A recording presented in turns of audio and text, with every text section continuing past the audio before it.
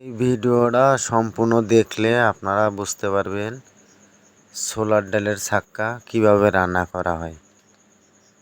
চেষ্টা করবেন ভিডিওটা সম্পূর্ণ দেখার, তাহলে দেখতে থাকুন ভিডিওটা।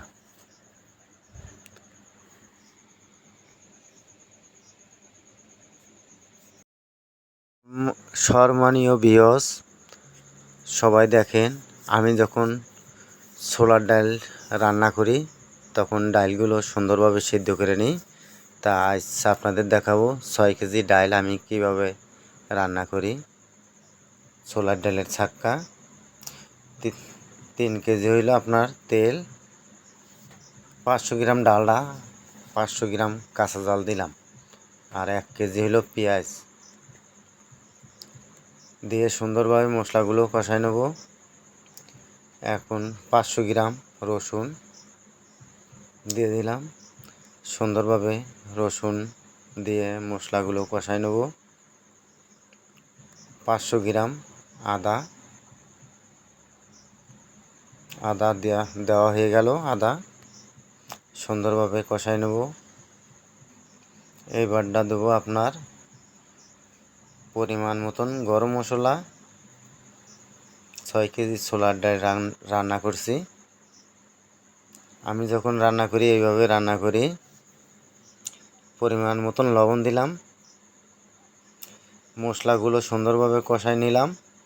এইবারটা আপনার 3 কেজি চর্বি দিয়ে দিলাম, চর্বিগুলো সুন্দরভাবে ভেজে নেব। চর্বিগুলো ভেজে নিয়ে এবারটা পরিমাণ মতন জালের গুঁড়া দেবো। গুঁড়া জাল পরিমাণ মতন দিয়ে দিচ্ছি।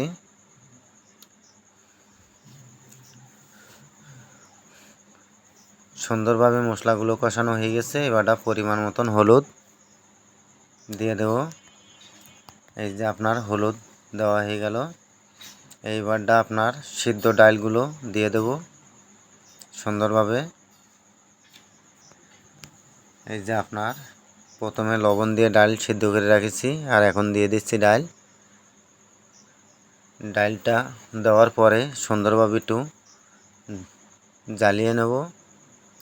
তারপরে দেখেন সুন্দরভাবে মশলা টশলা সব দিয়ে ডালগুলো সুন্দরভাবে দিয়ে অনেক সুন্দরভাবে ডালগুলো রান্না হয়ে গেল। আপনারা যদি ডাল রান্না দেখে ভালো লাগে তাহলে লাইক শেয়ার কমেন্ট করে দেবেন। এই যে অনেক সুন্দরভাবে ডালগুলো রান্না হয়ে গেল। আমি যখন রান্না করি এইভাবে ছোলার ডালের ছাক্কা রান্না করি।